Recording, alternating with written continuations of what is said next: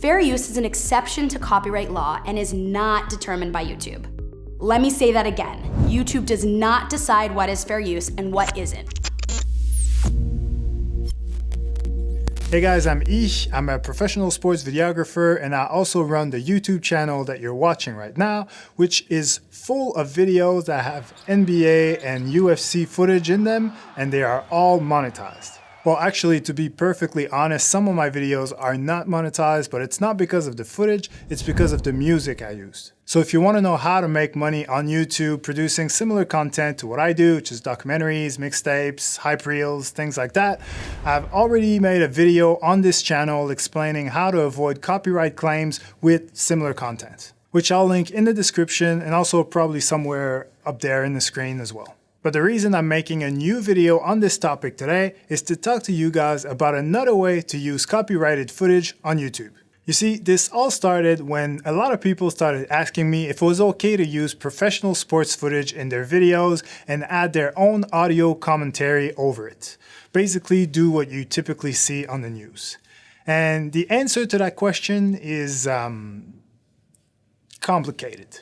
But before I explain it all, can you please spare a second to hit the like button and the subscribe button as well? It will mean a lot to me because every single like helps me get this video in front of more people, and every new subscriber keeps me motivated when I spend way too many hours on my videos. Okay, so to understand how this all works, first we need to talk about a thing called fair use. According to the American Bar Association, fair use is a doctrine that is used to encourage criticism and commentary of copyrighted works. It is based on the concept that one should be free to use portions of copyrighted materials without asking permission from the copyright owner.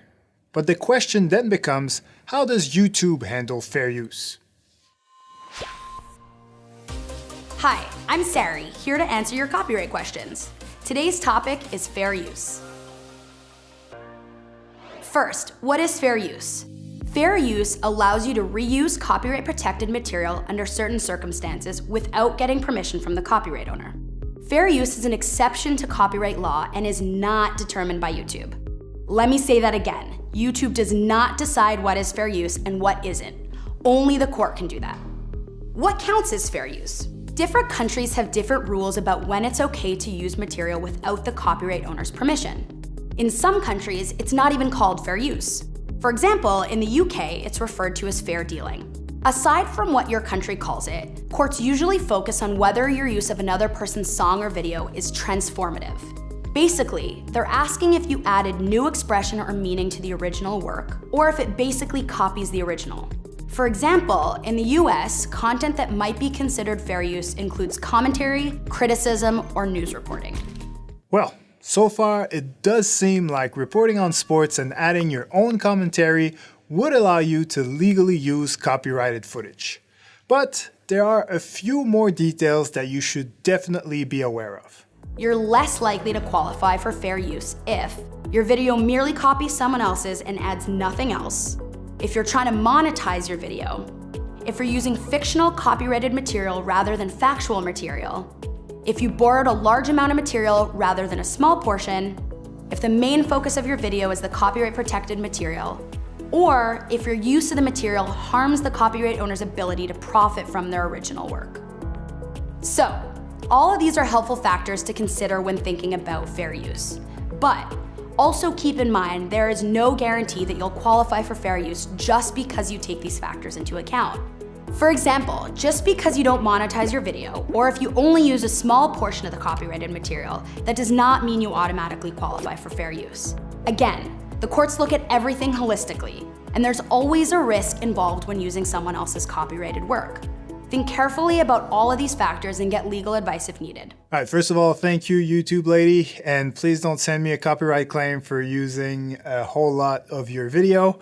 But anyway, I did take her advice and I reached out to a lawyer friend of mine by email, and he got back to me because I asked him basically to give me a clean-cut example of fair use on YouTube. And this is his answer, which is not legal advice, by the way. This is just normal advice from a friend of mine who just happens to be a lawyer.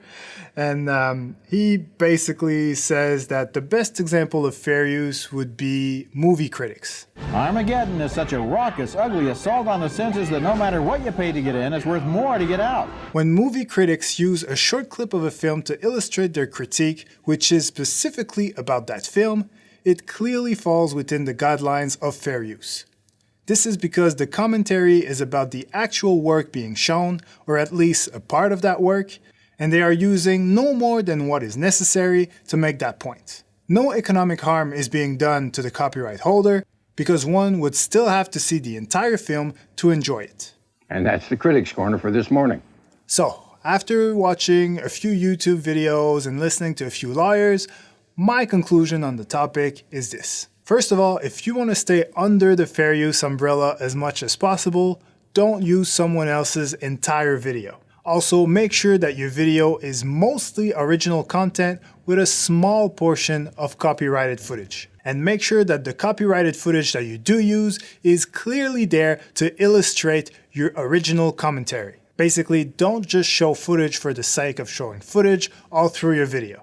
And finally, make sure that the way you are using the footage is not hurting the copyright owner's ability to profit from their video. But even if you do all that, it's really up to the copyright owner to decide if they're gonna let you use their footage or not. And unless you wanna fight it out in court, there's nothing you can really do about it. But understand one thing though, getting a copyright claim is not the big deal that everybody seems to think it is. As a matter of fact, in this situation, getting a copyright claim, I think for you would be a great result. Because a copyright claim basically means that the copyright owner and YouTube are both okay with you using this footage that clearly isn't yours.